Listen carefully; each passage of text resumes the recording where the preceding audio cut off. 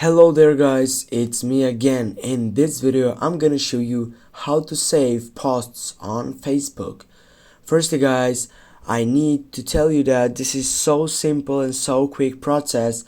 You need just to find a post that you want to save it, for example this one, and now what you need to do, just simply go on the three dots on the post, and here as you can see on the first selection you have the option for saving this post.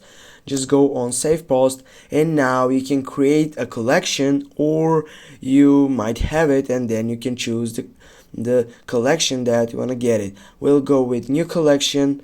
Now I'm gonna add this name. I'll go create, and as you can see, if I go view items, as you can see here it is, this post that I have saved 10 seconds before. Thanks guys for watching. Don't forget to hit that like and share the video. See you soon guys.